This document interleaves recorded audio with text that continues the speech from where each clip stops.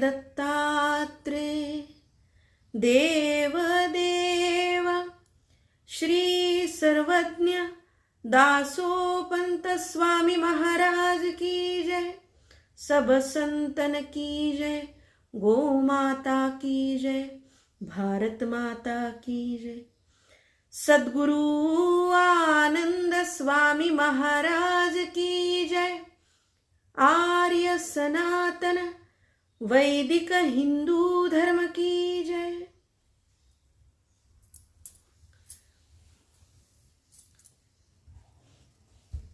आज 2 रचना दासोपंतांच्या घेणार आहे।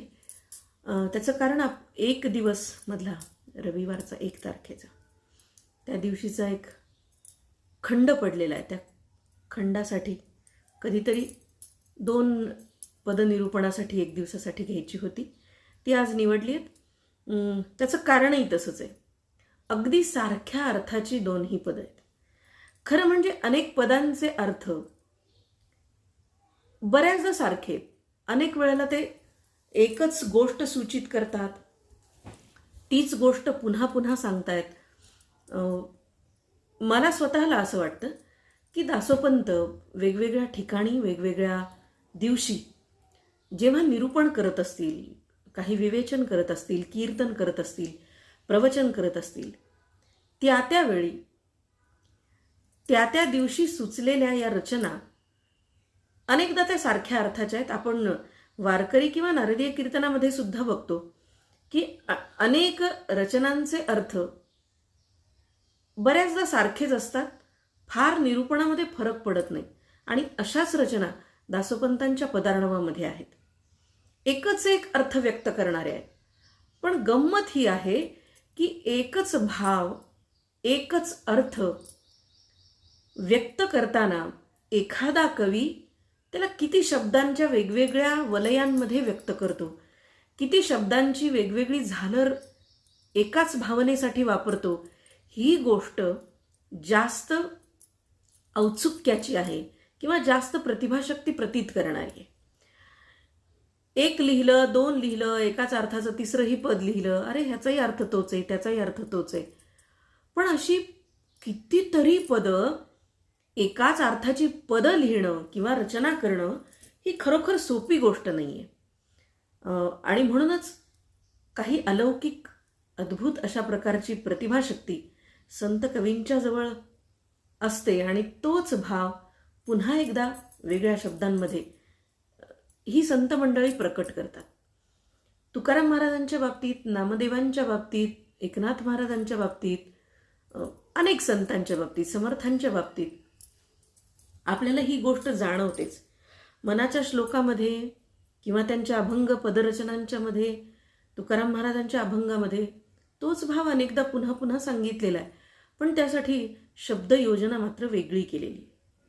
आज मी जी 2 पदं निवडली आहेत ती अगदी सारखाच भाव व्यक्त करणारी आहेत।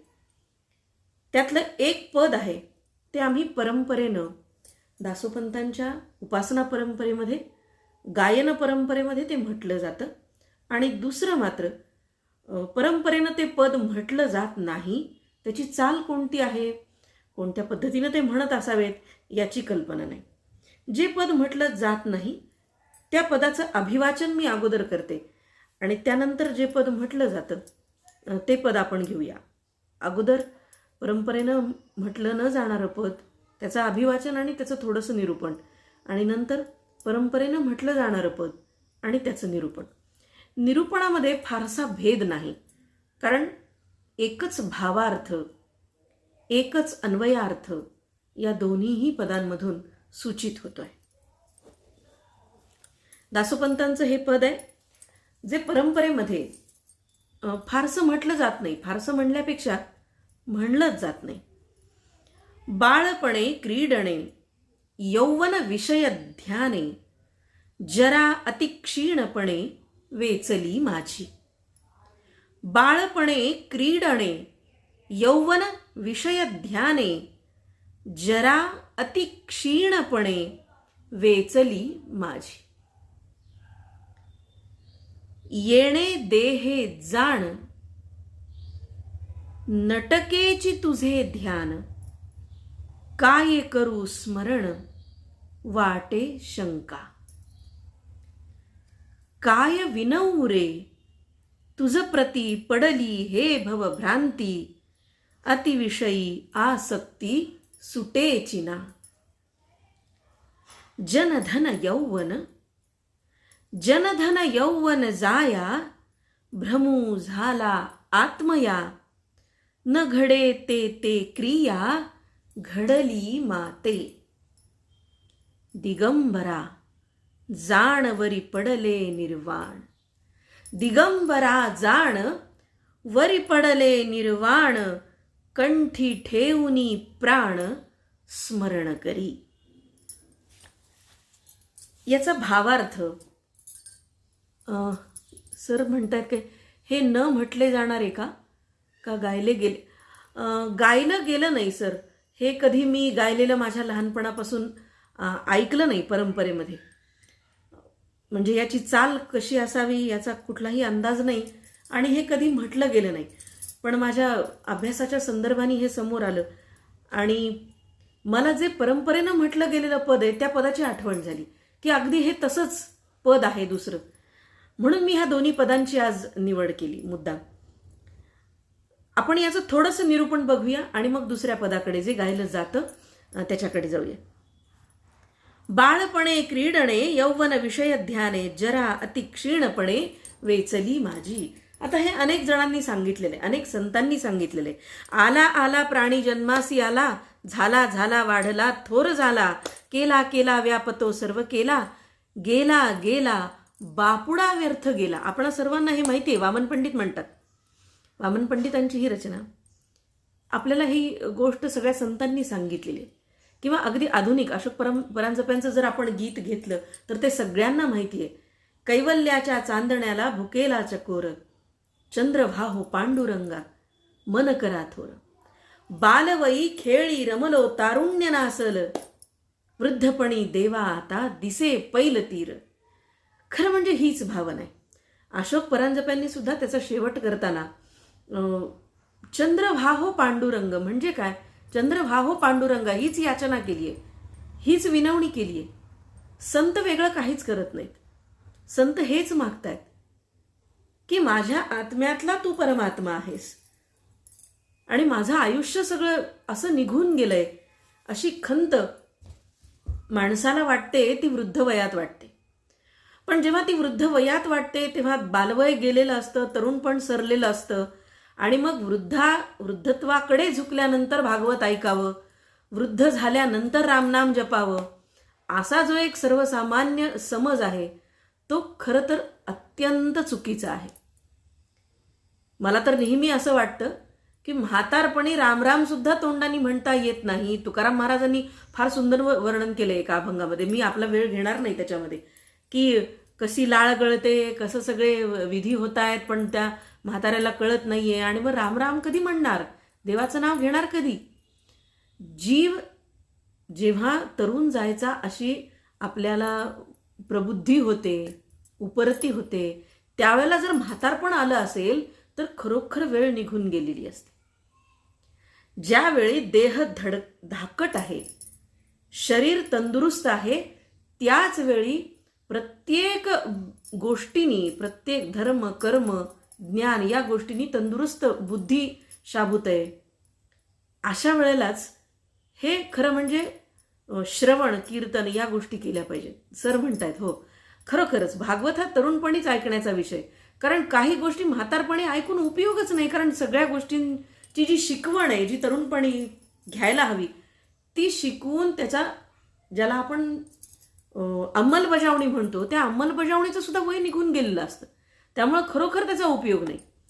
तरुणपणी हे करावं यासाठीच संतांनी इतकं खरं म्हणजे आपला प्रत्येक अभंगातून हे आम्हाला सांगितलेलं. तुकाराम महाराजांनी हेच सांगितले. आपण म्हणालो मघाशी मी म्हणाले अशोक परांजपे जेव्हा म्हणतात बालवयी खेळी रमलो तारुण्य नासल, अगदी थेट अर्थ या पदाचा अगदी तसा आहे. बालपणे क्रीडलो, बालपणे क्रीडणे यौवन विषय ध्याने, बालवयी खेळी रमलो तारुण्य नासल. जरा अति क्षीणपणे वेचली माझी. वृद्धपणी देवा आता दिसे पैलतीर. दासोपंत म्हणतात जरा म्हातारपण, म्हातारपणामध्ये अति क्षीण अशा प्रकारची व्याधी म्हणा, शरीराची दुर्बलता म्हणा, मनाची दुर्बलता म्हणा, आणि अशा प्रकारचा काळ मी कंठतो आहे आणि अशी वेळ, अशी अवस्था माझी आहे. आणि मग या सगळ्या आयुष्याच्या वळणावरती, आयुष्याच्या अवस्थांच्या मध्ये, आश्रमधर्मामध्ये लहानपणी तर कळतच नाही, समज नसते. शास्त्र सांगतं 15 वर्ष वयापर्यंत पापही माफ आहे व्यक्तीला, कारण त्याला ते चांगलं वाईट हे कळतच नसतं. त्यानंतर समज आली असं पण म्हणतो, पण ही समज आल्यानंतर तरी माणूस काय करतो? विषय ध्याने किंवा तारुण्य नासल. विषय ध्यानामध्ये तारुण्य निघून जातं आणि तारुण्य निघून गेल्यानंतर किंवा वृद्धत्व आल्यानंतर, म्हातारपण आल्यानंतर जाणीव होते की आपलं बालपणही गेलं आणि तरुणपणही गेलं. हातातून निसटून गेलेली गोष्ट आहे, आता ती परत येणार नाही. याची जेव्हा जाणीव होते तेव्हा माणसाला कळतं की आपण हे सगळं गमावून बसलोय. आणि दासोपंत आम्हाला हेच सांगतात, जरा अति क्षीणपणे वेचली माझी. म्हातारपण असंच निघून गेले. खरं म्हणजे ते स्वतःवर घेऊन म्हणतायत, प्रथम पुरुषी ज्याला आपण म्हणतो व्याकरणाच्या दृष्टीने. पण हे आमच्यासाठी आहे. सामान्य माणूस कसा असतो? सामान्य माणूस भक्त काय म्हणेल की ज्याला शेवटपर्यंत कळलंच नाही, त्याची ही अवस्था दासोपंत आम्हाला सांगतात. येणे देहे जाण नटकेची तुझे ध्यान. आणि या सगळ्या अवस्था पार करे करेपर्यंत हे देवा, तुझं नामस्मरण, तुझं ध्यान करावं हे माझ्या लक्षातच आलं नाही. हे माझ्याकडून घडलंच नाही. न टकेची तुझे, हे घडलंच नाही, झालंच नाही, माझ्याच्यानी ते झालंच नाही. काय करू स्मरण वाटे शंका.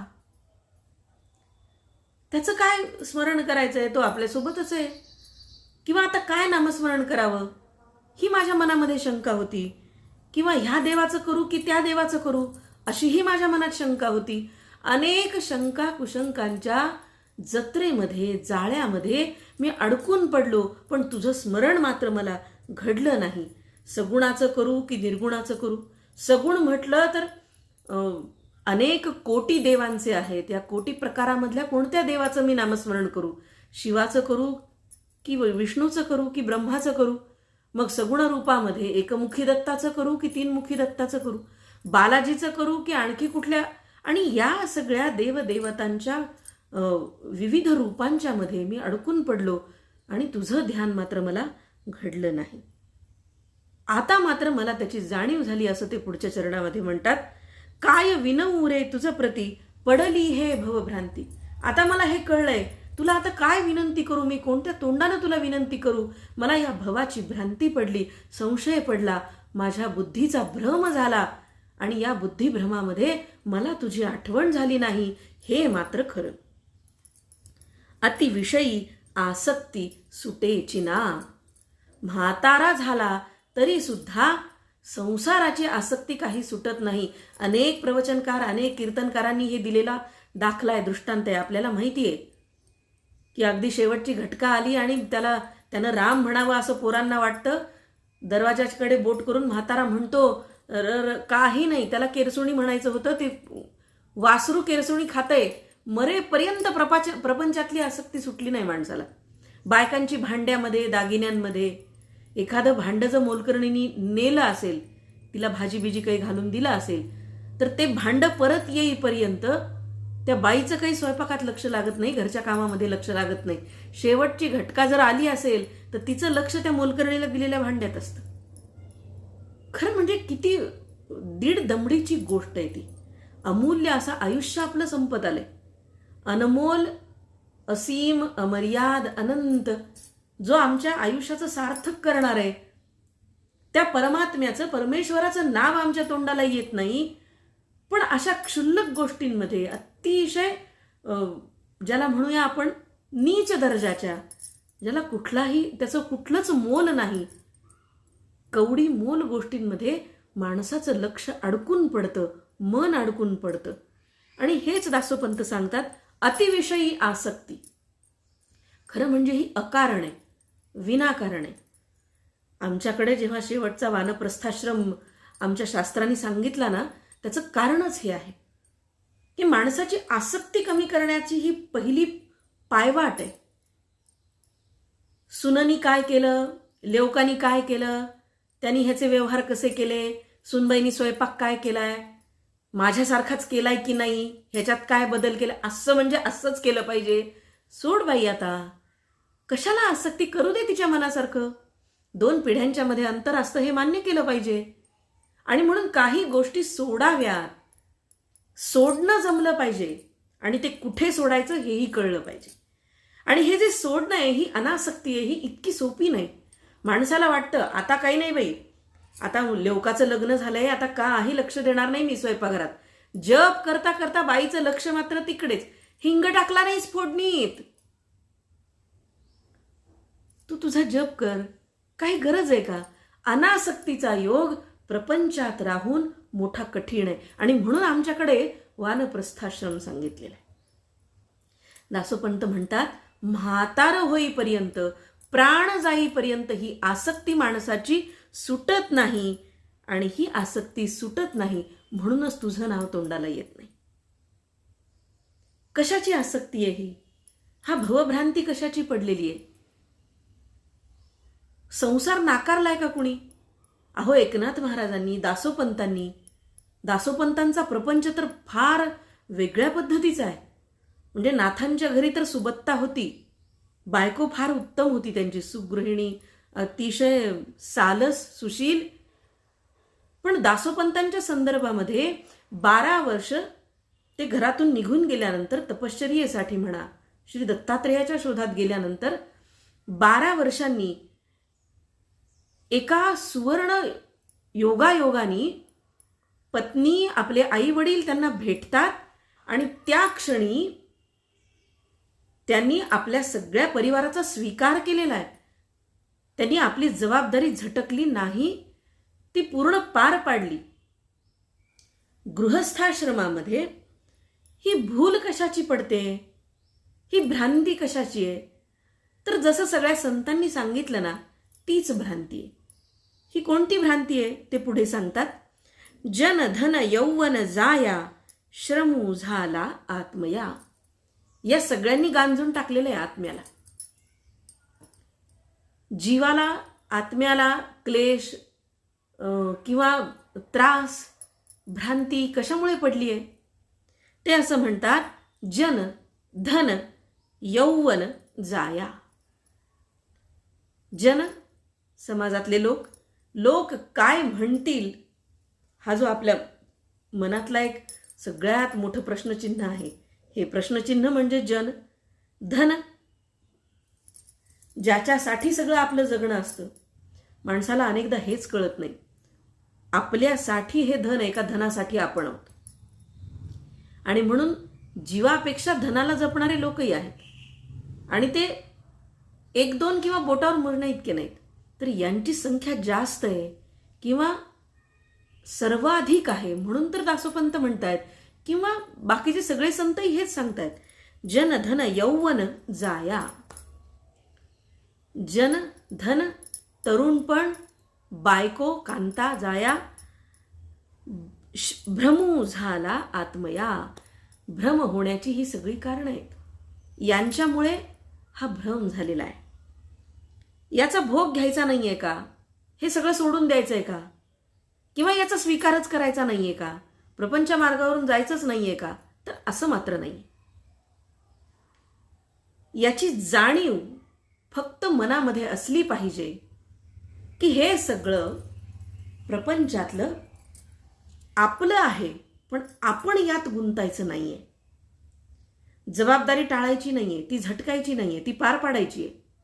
पण ती पार पाडत असताना, कर्तव्य निभावत असताना, कर्तव्य करत असताना एका क्षणाचाही विसर पडू द्यायचा नाहीये की मी यांच्यासाठी आहेच, पण हे जे सारं करतो आहे तो मी नव्हे.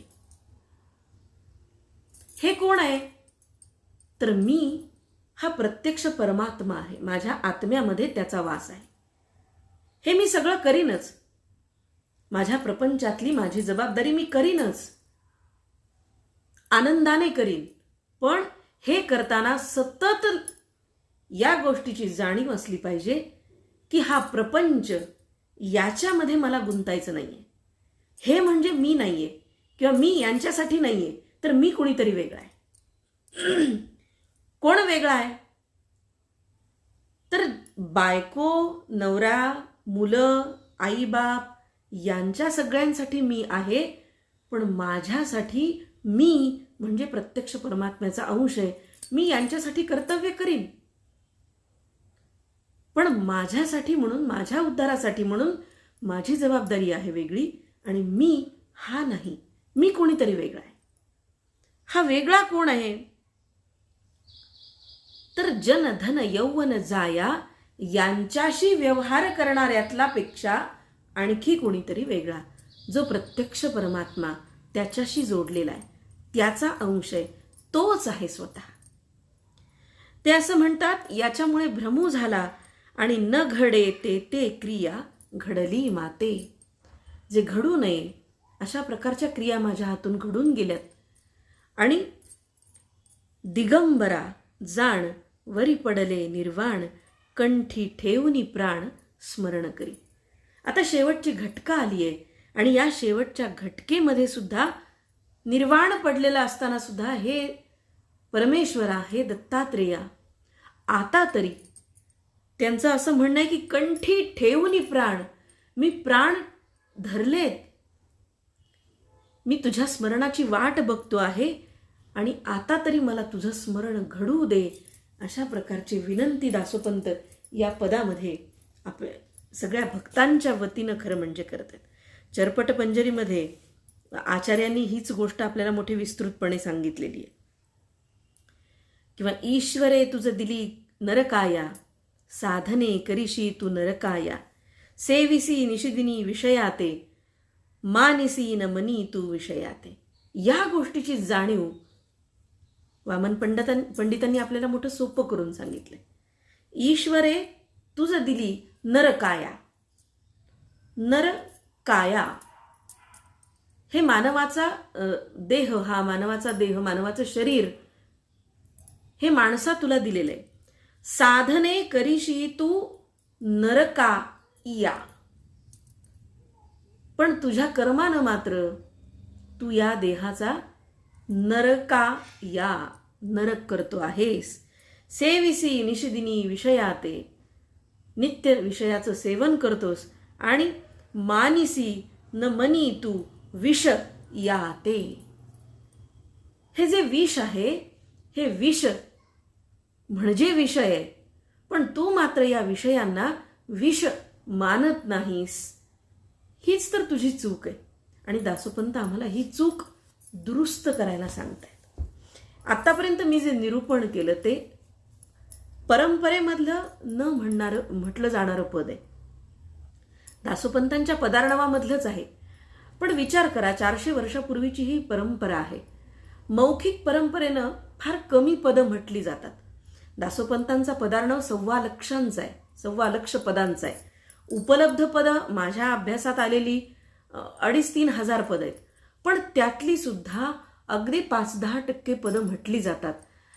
ही जी बाकीची पदं आहेत ती मौखिक परंपरेमध्ये, उपासनेमध्ये, गायन परंपरेमध्ये म्हटली जात नाहीत. त्यापैकी मी हे पद घेतलं होतं.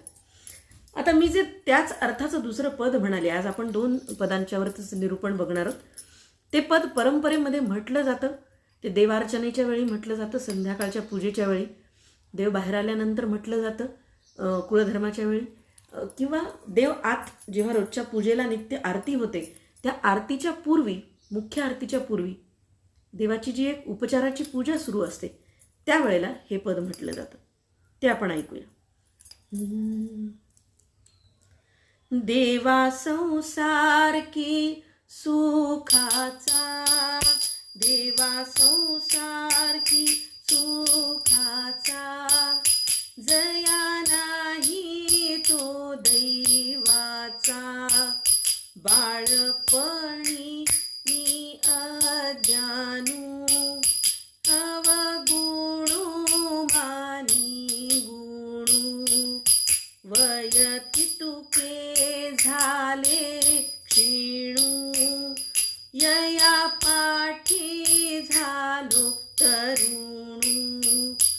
धन स्वजन यौवन जाया, हेही तारुण्य गेले वाया. आधी व्याधी ममता माया, तेही न चले साधन क्रिया.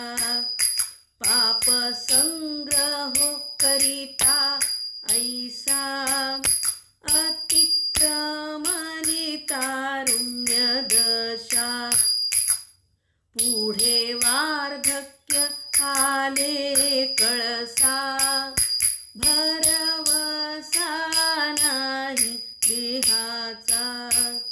क्षीणपणे आली जरा, अवधाराजी दिगंबरा.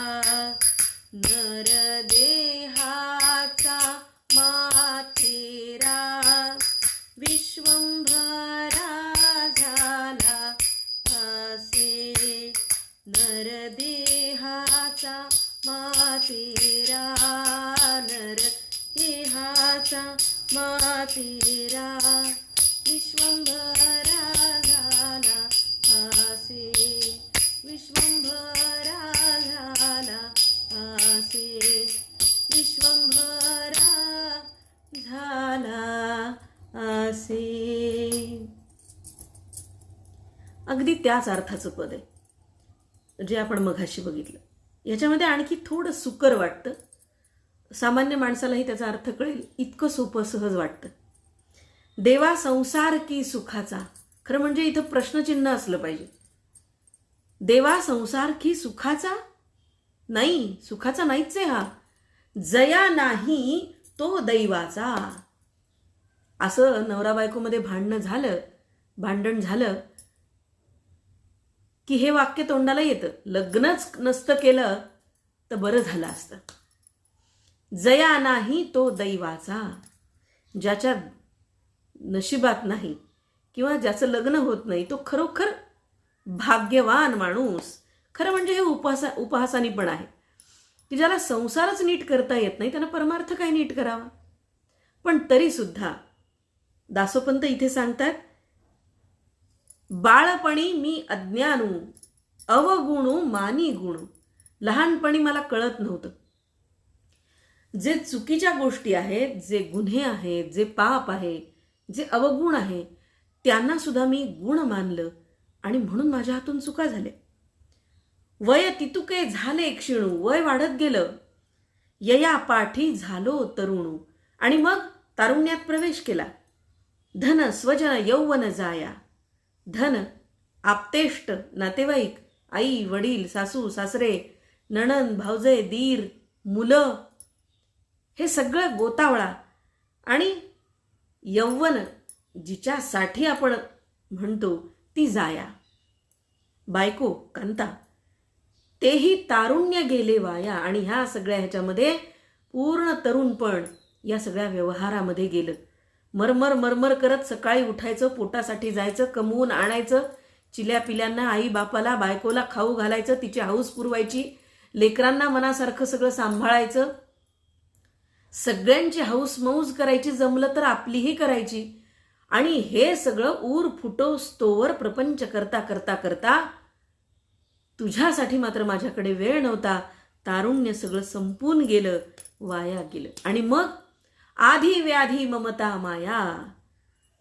ममता माया म्हणजे आजच्या नाहीत बरं का. ममता माया खरं म्हणजे आधी व्याधीच आहेत त्या, पण त्या वेगळ्या आधी व्याधी आहेत, त्या देशाच्या आधी व्याधी आहेत.